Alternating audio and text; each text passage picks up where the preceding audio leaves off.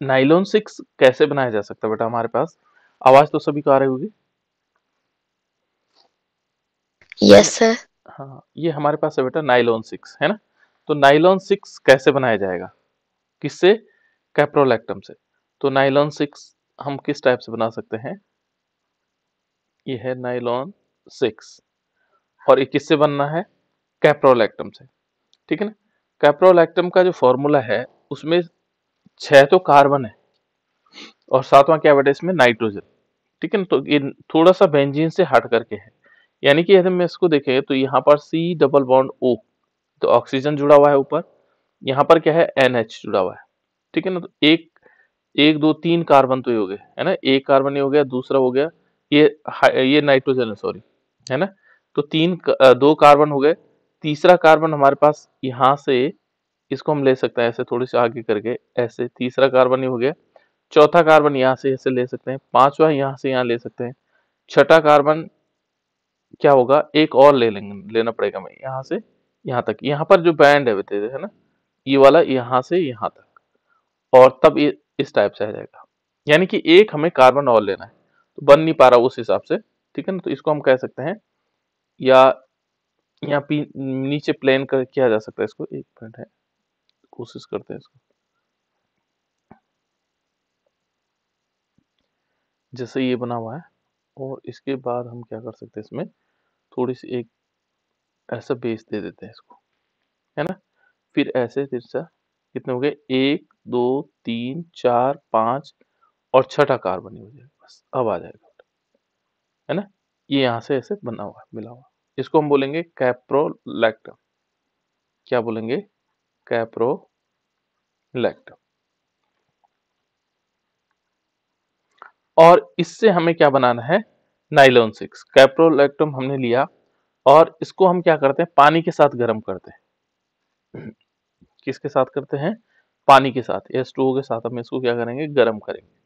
गर्म करने पर क्या बना देगा, ये बना देगा NH2, यहाँ पर क्या बन जाएगा, NH2, और फिर इसमें क्या आएगा, CH2 की होल 5, CH2 की होल 5, ठीक है ना? और क्या बना देगा, एक मॉलिक्यूल यहाँ बन जाएगा COO और H बन जाएगा। फिर हम इसको जब गर्म करेंगे, ठीक है ना, इसको बोलते हैं अमीनो कैप्रिक अम्ल, ठीक है ना? इसका नाम लिख लेता हूं मैं, अमीनो, ये अमीनो, और ये है बेटा कैपोरिक अम्ल, कैपोरिक अम्ल, कैपोरिक अम्ल, ये है बेटा, ठीक है ना? इस प्रकार से, और फिर जब हम इसको गर्म करेंगे,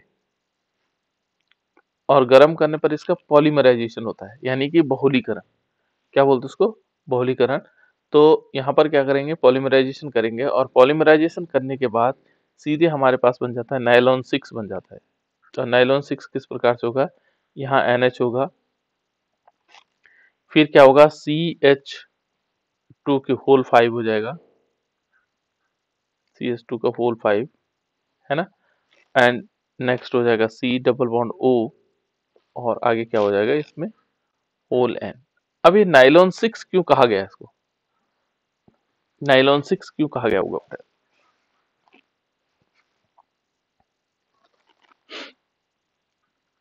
इसको नाइलॉन 6 क्यों कहा गया होगा?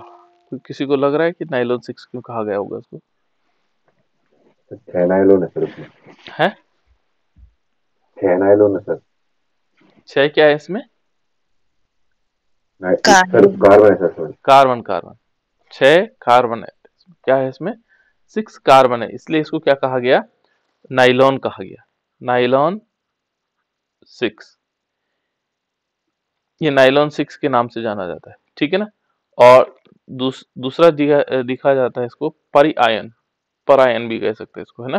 ये दोनों नाम है बेटा इसके, इसलिए दोनों नाम से ये ध्यान रखना है इसको, इसको होल एन भी कर देंगे यहाँ पर। तो क्योंकि इसकी एक इकाई में क्या है, जो एकलक में है, इसमें 6 कार्बन परमाणु होते हैं, इसलिए इसको क्या कहा जाता है, नाइलॉन 6 कहते हैं। तो यहाँ पर हम लिख भी सकते हैं कि नाइलॉन 6 क्यों कहा जाता है इसको, है ना? क्योंकि क्या है इसमें, इसमें हम यदि हम देखेंगे इसको नाइलॉन 6 क्यों कहा गया, तो यहाँ नीचे हम एक लाइन में लिख सकते हैं, कभी कभी पूछ लेते हैं इस टाइप के क्वेश्चन, वैसे इस टाइप के क्वेश्चन आने नहीं चाहिए, लेकिन फिर भी कि इसमें क्या होगा, इसमें लिखेंगे 1,00,000 इकाई, जो हमारे पास क्या होगा 1,00,000 इकाई होगी, ठीक है ना। 1,00,000 इकाई में 6 कार्बन परमाणु होते हैं, 6 कार्बन परमाणु होते हैं,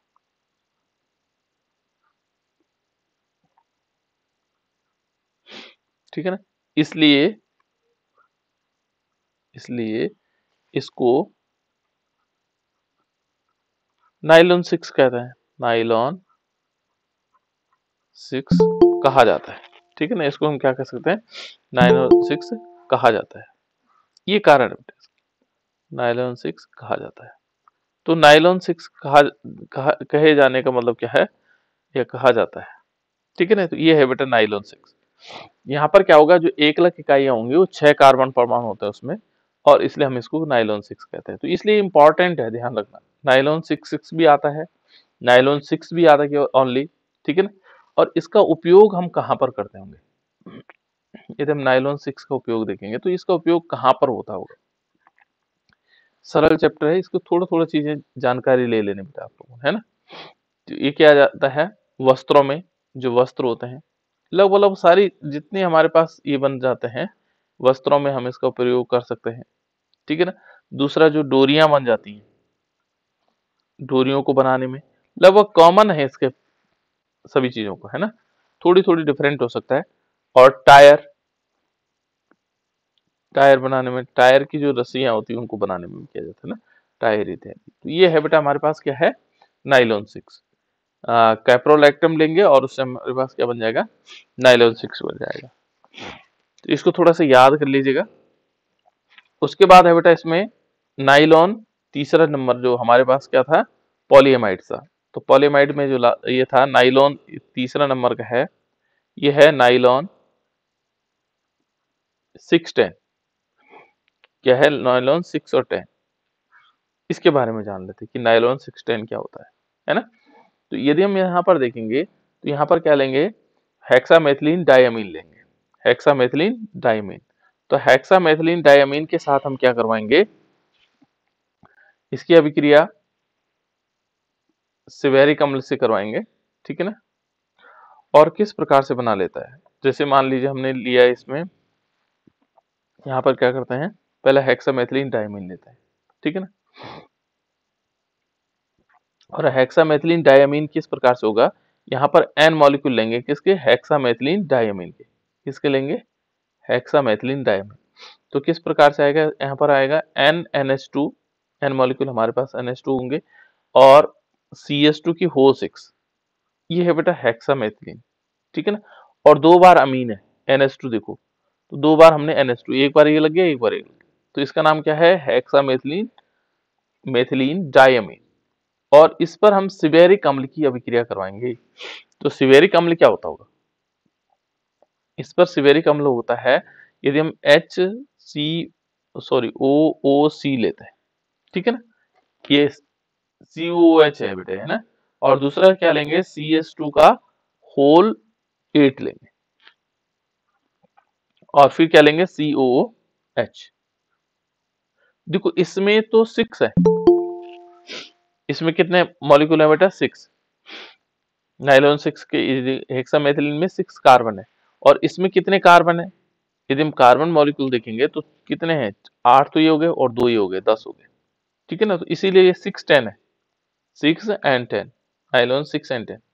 और इसको क्या करते हैं, उच्च दाब पर, किस पर, उच्च दाब पर,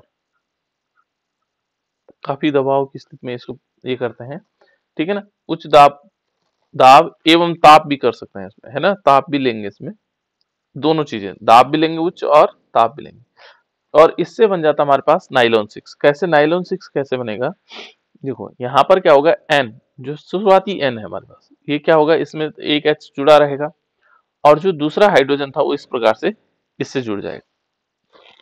फिर क्या होगा, इस पर जो आगे जुड़ा हुआ, देखो CH2 की कितने कितने मॉलिक्यूल है बेटा, CH2 का होल 6 है, कितने मॉलिक्यूल है, CH2 का होल 6। फिर क्या आएगा, NH, और यहां से जो हाइड्रोजन, एक हाइड्रोजन है ये, इससे क्या निकाल देगा, H2O निकाल देगा। ठीक है, एक हाइड्रोजन क्या करेगा, H2O निकाल देगा। ठीक है, तो बचा क्या है यहाँ पर, CO, यानी कि सिंगल बॉन्ड से हम क्या दिखा सकते हैं इसको, CO। फिर आगे यदि हम देखें इस आगे वाले मॉलिक्यूल में, तो यहाँ पर क्या आएगा, CH2 का, यहाँ पर आएगा होल 8।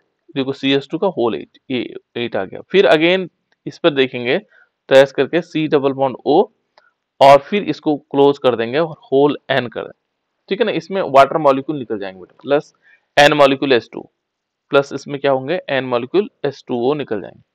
इसका नाम क्या होगा, इसका नाम होगा नाइलॉन, नाइलॉन 6,10। ये नाइलॉन 6,10 इस प्रकार से हम इसको लिख सकते हैं, इस नाइलॉन 6,10 हो जाएगा। तो ये क्या है, इस प्रकार से हम इसको बना सकते हैं। इसका गुण क्या होता है, बाकी कुछ नहीं, एडिशनल कंपाउंड है बेटा, बहुत सिंपल कंपाउंड होते हैं, थोड़ा सा हमें ध्यान रखना होता है इनको बस। इनके गुण क्या होंगे, यदि हम गुण को देखें तो इसके गुण क्या हो सकते हैं, ये घर्षण प्रतिरोधी होते हैं। कैसे होते हैं, घर्षण प्रतिरोधी, घर्षण प्रतिरोधी। ठीक है ना, ये घर्षण प्रतिरोधी होते हैं, घर्षण के प्रति इनका क्या होता है, प्रतिरोध होता है। ठीक है ना, और इसका उपयोग हम क्या करते हैं, जो पहाड़ों पर चढ़ने वाली रस्सियां होती हैं, है ना, उनको बनाने में प्रयोग करते हैं। यानी कि इनमें फिसलन कम होगी तो स्वाभाविक क्या है, और तन्य शक्ति इनकी क्या होती है, अधिक होती है, तन्य शक्ति भी अधिक होती है, यानी कि इनको खींचा जा सकता है, तन्य शक्ति भी अधिक होती है। साथ साथ में इनमें क्या होगा, कौन सी रस्सी हो जो पहाड़ पर, इसका जो उपयोग करते हैं हम, उपयोग कहाँ पर होता है, उपयोग होता है किसमें, यह है पहाड़ों पर चढ़ने वाली रस्सी का प्रयोग, है ना, पहाड़ों पर, यानी कि जो माउंट एवरेस्ट वगैरह वगैरह जाते हैं उन लोगों को इस रस्सी की जरूरत पड़ती है ना, पहाड़ों पर चढ़ने वाली रस्सी। ठीक है ना, ये बनाई जाती है ना, रस्सी बनाने, ये महत्वपूर्ण उपयोग है ना। टायर कॉर्ड भी बनाए जाते हैं इससे, टायर, ठीक है ना, उसकी कॉर्ड बनाई जाती है, टायर कॉर्ड हो गया। और रेसों के निर्माण, जो रेसे होते हैं उनके निर्माण में इनका उपयोग किया जाता है। तो जितने भी सिंथेटिक फाइबर्स हैं वो सारे के सारे क्या हो रहे हैं, सिंथेटिक फाइबर का निर्माण क्या किया जा रहा है, इन्हीं केमिकल के द्वारा किया जा रहा है। देखो रेसों के निर्माण में हम इसका प्रयोग करते हैं, तो इस टाइप से हुआ बेटे, ये रेसों के निर्माण में हम इसका प्रयोग कर सकते हैं। तो ये क्या है, नाइलॉन 610 है। ठीक है, तो नाइलॉन 610 हो गया। अब इसके बाद नेक्स्ट है बेटा एक और, जिसको हम कहते हैं फॉर्मल्डिहाइड रेजिन। ये भी काफी इंपॉर्टेंट है। ठीक है ना, अभी तक तो हम पॉलीमाइड्स पढ़ रहे थे, पॉलीमाइड में हमने 3 चीजों को पढ़ा, और जो हमारे पास नेक्स्ट है वो है फॉर्मल्डिहाइड रेजिन। अब इस फॉर्मल्डिहाइड की जो रेजिन है ये काफी इंपॉर्टेंट भी है। ठीक है ना, फॉर्मल्डिहाइड, ठीक है ना, फॉर्मल्डिहाइड रेजिन, ठीक है ना, फॉर्मल्डिहाइड के रेजिन जो होंगे, तो कौन कौन से हो सकते हैं फॉर्मल्डिहाइड के रेजिन। ठीक है ना, तो पहले हम क्या करते हैं, सबसे पहले लेते हैं फिनॉल और फॉर्मल्डिहाइड, और फिनॉल और फॉर्मल्डिहाइड को जब मिलाया जाता है तो उससे बनता है बेटा वैकेलाइट। जो पहला ये बनता है इसमें वो वैकेलाइट बनता है। ठीक है ना, तो इसका पहला जो इंपॉर्टेंट है वो वैकेलाइट है। तो किस प्रकार से बन सकता है, इनमें संघनन की क्रिया होती है और वैकेलाइट का फॉर्मेशन होता है। ठीक है ना, तो वैकेलाइट कैसे बनता होगा, यहाँ पर हम क्या करते हैं कि फिनॉल लेते हैं, एक तो फिनॉल और दूसरा क्या लेंगे, फॉर्मल्डिहाइड। तो देखो यदि यहाँ पर शुरुआती दौर पर देखते हैं तो कैसे कैसे बनता होगा, फिनॉल का फॉर्मूला क्या होता है बेटा, कोई बता सकता है फिनॉल का फॉर्मूला। सर बेंजीन रिंग के ऊपर OH। बिल्कुल, बेंजीन रिंग के ऊपर क्या करते हैं, OH लेते हैं। हमने बेंजीन रिंग लिया और इसके ऊपर हमने क्या किया, OH लिया। ये है बेटा हमारे पास, इसको कहते हैं फिनॉल। और फॉर्मल्डिहाइड क्या होता है, HCHO सर। बिल्कुल HCHO, ये है फॉर्मल्डिहाइड। जब ये फॉर्मल्डिहाइड क्या होगा, इस फिनॉल के साथ संघनित होता है तो ये इस प्रकार से प्रारंभिक तौर पर एक कंपाउंड बनाता है, और वो कंपाउंड क्या बनते हैं, इस प्रकार से बन जाते हैं। देखो फिनॉल अपनी जगह रहेगा, यानी कि OH ग्रुप ऊपर अपनी जगह रहेगा, ठीक है ना। और ऑर्थो और पैरा पोजीशन हमें मालूम है, फिनॉल क्या होता है, ऑर्थो पैरा डायरेक्ट नहीं होता है, तो ये ध्यान भी रखना आपको। यहाँ पर क्या होगा, CH2OH आएगा। CH2OH कहाँ से है, यदि हम इसको देखें फॉर्मल्डिहाइड को हम क्या लिख सकते हैं, CH2O लिख सकते हैं, देखो लिख सकते हैं। तो इसमें OH कहाँ से आ गया, यहाँ पर क्या होगा, जो हाइड्रोजन जुड़ा होगा वो निकल करके इसके साथ OH बना देगा और पूरा मॉलिक्यूल इससे जुड़ जाएगा, ठीक है ना। ये बात समझ में आई। इसको मैं यहाँ से हटा दे रहा हूँ क्योंकि कंफ्यूजन ना करे, इसलिए रिएक्शन में हम क्या इसको हटा दे रहा हूँ। इस टाइप से क्या होगा, CH2OH जुड़ जाएगा, ठीक है ना। यहाँ से हमने क्या किया, हाइड्रोजन निकाल करके उससे क्या बना दिया, CH2OH। एक तो एक बनेगा एक कंपाउंड, इसको बोलते हैं ऑर्थो हाइड्रोक्सीफिनॉल, इसको बोलेंगे ऑर्थो हाइड्रोक्सीफिनॉल। और दूसरे वाले में यदि हम देखें बेटा, दूसरे वाले में क्या होगा, ये भी फिनॉल होगा, लेकिन कैसे फिनॉल होगा, ये पैरा पोजीशन वाला होगा। यहाँ पर क्या बनेगा, OH, और यहाँ पर क्या जुड़ेगा, CH2OH, ये बनेगा, ठीक है ना। एक तो क्या बनेगा, ऑर्थो हाइड्रोक्सीफिनॉल बनेगा, ऑर्थो हाइड्रोक्सी मेथिल फिनॉल, ठीक है ना। और दूसरा बनेगा पैरा हाइड्रोक्सी मेथिल फिनॉल। तो ये दो कंपाउंड हमारे पास बनेंगे। फिर इनमें क्या होगा, ये संघनित होते हैं, और संघनित होने पर पहले क्या बनाते हैं, रेखीय नोवोलेक, एक प्रकार के रेसे बनाते हैं, ठीक है ना। पहले अभी पूरा कंप्लीट नहीं हुआ। यहाँ पर क्या हो सकता है, ये दोनों मॉलिक्यूल आपस में भी रिएक्शन करते हैं, और रिएक्शन करने से क्या बना लेंगे, अभी बैकेलाइट नहीं बना रहे, पहली वाली कंडीशंस में देखते हैं। यहाँ पर मान लीजिए ये हमारे पास क्या है, ये वाला कंपाउंड, ये हमारे पास है ऑर्थो हाइड्रोक्सी मेथिल फिनॉल, ये ऑर्थो हाइड्रोक्सी और मेथिल फिनॉल, यानी कि हम इस पर CH2OH ले सकते हैं। फिर इस पर देखो, फिर ये इसी का दूसरा मॉलिक्यूल, यानी कि ऑर्थो हाइड्रोक्सी मेथिल फिनॉल फिर अगेन जुड़ेगा, देखो इससे जुड़ रहा है, और किस प्रकार से संघनित हो रहे हैं, देखो ये संघनन अलग अलग प्रक्रिया है बेटा इसके अंदर, है ना। यहाँ पर क्या होगा, ये होगा OH, और यहाँ पर क्या होगा, CH2OH। यदि ये मॉलिक्यूल जुड़ता है तो यहाँ से क्या होगा, ये हाइड्रोजन है, यहाँ पर ये डॉटेड लाइन से हम दिखा सकते हैं इसको कि ये जो है क्या कर देगा, H2O निकाल देगा, और मॉलिक्यूल क्या हो जाएगा। ध्यान ये रखना बेटा, इसमें ये अम्लीय माध्यम होगा, अम्लीय माध्यम में होती है अभिक्रिया, है ना। और इसको कहते हैं संघनन, क्या कहते हैं इसको, संघनन। ये प्रक्रिया क्या कहलाती है, संघनन। तो इसमें क्या कर सकते हैं, यहाँ संघनित होगा, तो संघनन की क्रिया में क्या किस प्रकार से आएगा, देखो संघनन, ठीक है ना। तो संघनन से क्या होगा, जो कंपाउंड बनेंगे किस प्रकार से बन जाएंगे, यहाँ पर क्या होगा, अम्लीय माध्यम होगा, H+ ion oblique OH ion भी, यहाँ पर H+ आयन या OH आयन की उपस्थिति में हम इसको लेंगे, ठीक है ना। ये संघनन होगा, और संघनन होने से क्या बनेगा, देखो इस पोजीशन पर क्या होगा, देखो किस टाइप से जुड़ेगा, यहाँ से मान लीजिए ये बना हुआ, क्योंकि निश्चित तौर पर ये मॉलिक्यूल आगे भी जुड़ा होगा, इस तरफ भी जुड़ा होगा, है ना। तो यहाँ पर हम CH2 से जुड़ा होगा, कैसे जुड़ा होगा, क्योंकि ये CH2 से किस प्रकार से जुड़ता है, देखो जैसे यहाँ पर है, ये CH2 से जुड़ा हुआ, देखो ये CH2 से यहाँ जुड़ा हुआ, CH2 से जुड़ा हुआ।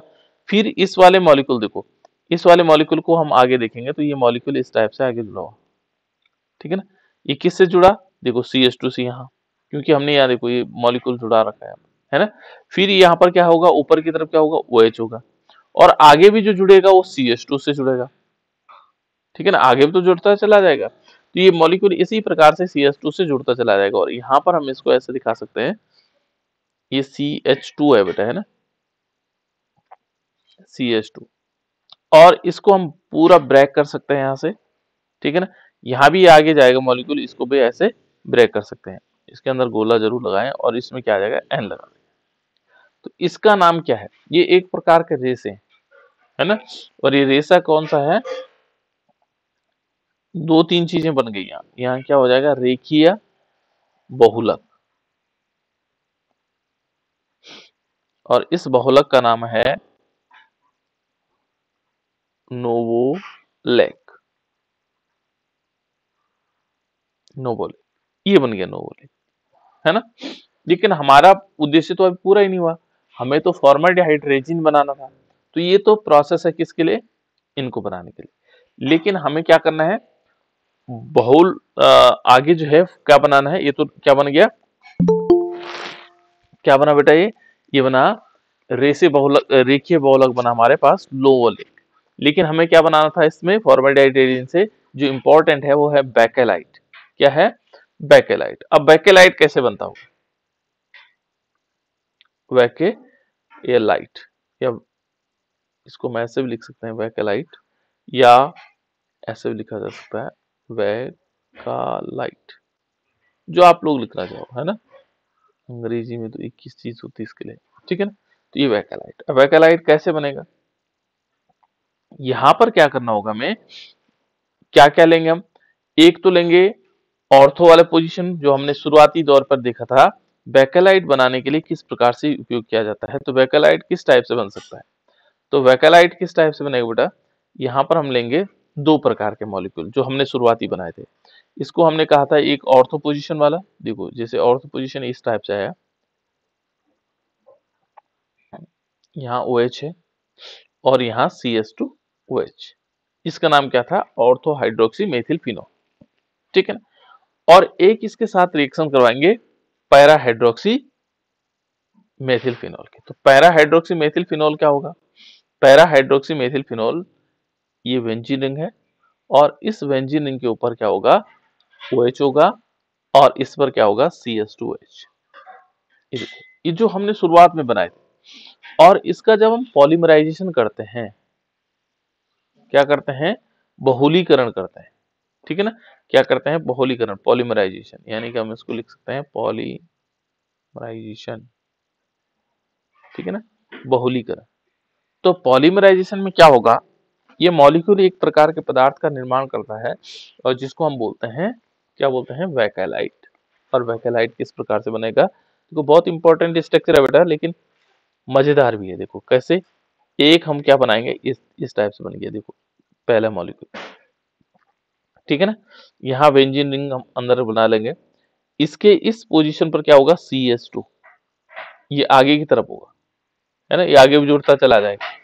ऊपर क्या होगा इसमें, OH, यहाँ पर क्या होगा, OH मॉलिक्यूल होगा। इस तरफ क्या होगा, देखो इस तरफ यदि हम देखेंगे तो CH2 होगा, फिर क्या होगा, फिर अगेन जुड़ा होगा किससे, बेंजीन रिंग से, बेंजीन रिंग मींस फिनोल से, है ना। यहाँ पर फिनोल होगा, और इस पर ऊपर की तरफ OH होना ही होना है, ठीक है ना। फिर आगे क्या होगा, CH2, फिर क्या जुड़ा होगा, एक बेंजीन रिंग और जुड़ी होगी। थोड़ा कॉम्प्लिकेटेड होता है ये स्ट्रक्चर, लेकिन इतना कॉम्प्लिकेटेड भी नहीं है ना। यहाँ पर क्या होगा, OH, यानी कि ये आगे चलते रहेगी, CH2 प्रोसेस चलता रहेगा, CH2 फिर आगे, है ना। इसको मैं आगे दिखा देता हूँ स्टार्ट। और इसमें क्या होगा, जो नीचे की तरफ जुड़ा हुआ है यहाँ पर, ये भी डायरेक्ट किससे जुड़ा होगा, CH2 से। फिर यहाँ पर भी जो नीचे की तरफ होगा वो CH2 से, यहाँ पर भी जो होगा वो CH2 से, यानी कि CH2 क्या कर रहा है, इसका बीच के लिंकेज कर रहा है, इनको जोड़ रहा है, देखो ये वैकेलाइट। फिर इसमें हम ऐसे दिखा सकते हैं, है ना। अब की बार यहाँ पर CH2 यहाँ है, फिर क्या होगा, इनके बीच भी क्या होगा, देखो अब नीचे वाला जो ऑर्थो पोजीशन है यहाँ पर CH2 लेंगे, ठीक है ना। यहाँ बेंजीन रिंग आएगा, और इसमें हमने CH2 लिखा हुआ है पहले से ही, ठीक है ना। इसमें CH2 लिखा हुआ तो ये बॉन्ड बना देगा, इस टाइप से बन जाएगा। तो इस टाइप से ये स्ट्रक्चर बनाने लग जाएगा। यहाँ पर क्या आएगा, इस वाली पोजीशन पर OH लिख सकते हैं, यहाँ पर भी क्या आएगा, OH आ जाएगा, ठीक है ना। ये आगे भी नीचे भी प्रोसेस चलती रहेगी बेटा, है ना। यदि OH हटा दोगे तो CH2 आ जाएगा, और फिर क्या होगा, इस वाली पोजीशन पर भी इस प्रकार से यहाँ बॉन्ड बनेगा, इस टाइप से हम बना सकते हैं। यहाँ पर क्या होगा, इस वाली पोजीशन पर क्या होगा, CH2, और इस टाइप से जुड़ा है, यहाँ OH हो जाएगा, है ना, और यहाँ CH2, इस प्रकार से। और ये बन गया बेटा बैकेलाइट, ये हमारे पास बैकेलाइट होगा। तो ये क्या करता है, आपस में जुड़ता चला जाता है, इसमें मॉलिक्यूल N मॉलिक्यूल H2O निकल जाएंगे, ये किस चीज का फॉर्मेशन हो गया, बैकेलाइट। तो ये फॉर्मूला याद भी रखना आपको, ठीक है ना। ये आगे प्रोसेस है, जैसे माने यहाँ पर कंप्लीट नहीं है, ये आगे चलता रहेगा। तो ये जो बना, ये किस चीज का फॉर्मेशन हुआ, ये बैकेलाइट का फॉर्मेशन हुआ, ठीक है ना। काफी इंपॉर्टेंट है और पूछा जाता है एग्जाम में, ठीक है ना। वैकेलाइट। क्या होगा? वैकेलाइट। ठीक है ना, इसको हम वैकेलाइट के रूप में देख सकते हैं। तो ये किससे बना? फॉर्मल्डिहाइड रेजिन है, फॉर्मल्डिहाइड रेजिन। यदि कठिन पेपर बनता तो ये क्वेश्चन पूछते हैं अक्सर लोग, है ना। तो यहाँ पर देखो इसके गुण क्या है बेटा, पहले हम इसके गुणों को देखते हैं। यदि हम इसके गुणों को देखते हैं, गुण क्या हो सकते हैं इसके, है ना। इसके गुण, बैकेलाइट के क्या क्या गुण हो सकते हैं, तो इनके गुणों को जानते हैं, क्या क्या गुण हो सकते हैं इसके। ठीक है ना। एक तो क्या है, ये थर्मोसेटिंग रेजिन है। क्या है? थर्मोसेटिंग। थर्मोसेटिंग को जानते हैं आप लोग।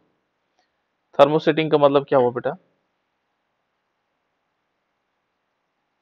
सर जिनको ताप देने पर भी वो पिघलते नहीं है। बिल्कुल हार्ड हो जाते हैं। देखो ना, थर्मोसेटिंग, थर्मोसेटिंग का मतलब ये हुआ, थर्मो का मतलब हो गया गर्म, गर्म करने पर वो हार्ड हो जाते हैं। और इनको गर्म करो तो ये क्या हो जाते हैं? सेट होते रहते हैं। ठीक है ना। देखो थर्मो माने गर्म करना, है ना, और सेटिंग का मतलब और सेट हो जा रहे हैं, यानी कि हार्ड हो जा रहे हैं। ठीक है ना। इसको बोलते हैं बेटा थर्मोसेटिंग। ठीक है ना, रेजिन है। कैसे है? Thermosetting resin. इसका मतलब इसको गर्म करेंगे तो ये और हार्ड हो जाएगा। ठीक है ना। और इसको हम इस रूप में कह सकते हैं कि ये ताप देने पर क्या हो जाता है? कठोर होते हैं। ठीक है ना, और कठोर हो जाते हैं, यानी कि कैसे नेचर, कैसे इनका, ये कठोर होते हैं। और इनको हम कठोर भी कह सकते हैं, कठोर होते हैं वैसे, बाई नेचर क्या होते हैं? कठोर होते हैं, है ना। और दूसरे इसमें क्या हो सकते हैं?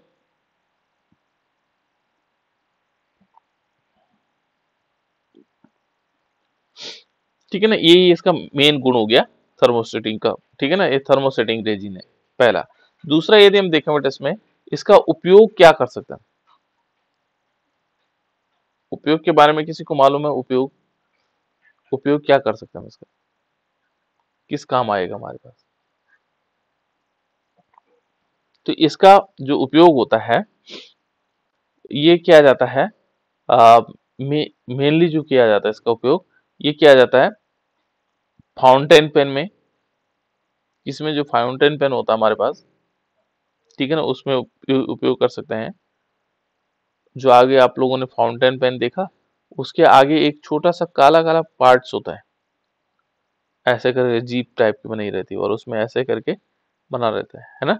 तो फाउंटेन पेन जो है, इसमें हम इसका उपयोग करते हैं। ठीक है ना, फाउंटेन पेन हो गया। दूसरा, विद्युत के जितने सामान बनाए जाते हैं, बिजली के सामान बनाए जाते हैं, बिजली के सामान में भी हम इसका प्रयोग करते हैं। ठीक है ना। और तीसरा यदि हम देखें, तो एक हमारे पास प्रेशर कुकर के पीछे हैंडल बनाया रहता है ना। तो इस जहां पर हमें कुछ चीजें ऐसी चाहिए कि जो गर्म ना हो जल्दी से, उन जगहों पर हम उसका प्रयोग कर सकते हैं, है ना। प्रेशर कुकर का हैंडल या बर्तन, जो अन्य चीजों में, उनमें प्रयोग है। और बिजली के सामानों में इसका बहुत सारा प्रयोग किया जाता है। ठीक है ना। तो यही इसके मेन जो है क्या है, उपयोग है। ठीक है ना। इनको यदि देखेंगे बेटा इसको, यदि बैकेलाइट के जो होते हैं, बैकेलाइट से एक मुलायम भी बनाया जाता है इसको, है ना। और उस मुलायम करने के लिए क्या किया जाता है? इसको मुलायम करने के लिए इसको थर्मोसेटिंग बहुलक को कम दर पर इसको मुलायम बैकेलाइट बनाया जाता है। जब हम इसका बहुलीकरण कम करते हैं, तो उस दशा में क्या होता है? बैकेलाइट, मुलायम बैकेलाइट प्राप्त होता है। और उस मुलायम बैकेलाइट का जो काम है, वो क्या करते हैं? जो लकड़ी के तख्ते होते हैं, उनको बांधने के लिए इसका प्रयोग किया जाता है। उनको क्या करते हैं? बांधने के लिए हम इसका प्रयोग कर सकते हैं। ठीक है ना।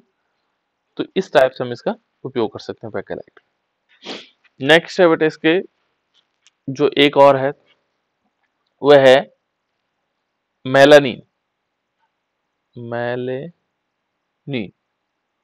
ये नए नए नाम सुन रहे होंगे आप लोग। ठीक है ना, थोड़ा अलग नाम है मेलेनिन। तो melanin formaldehyde resin, melanin formaldehyde resin,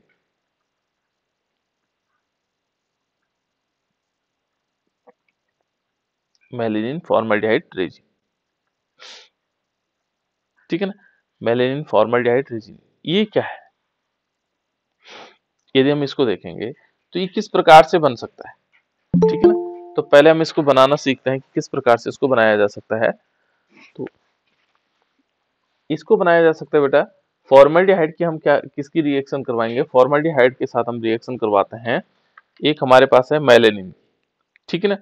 और इस मेलेनिन को बोलते हैं विषम चक्रीय ट्राइमेथिल ट्राइअमीन, विषम चक्रीय ट्राइअमीन, इसकी रिएक्शन करवाते हैं फॉर्मल्डिहाइड के साथ, ठीक है ना।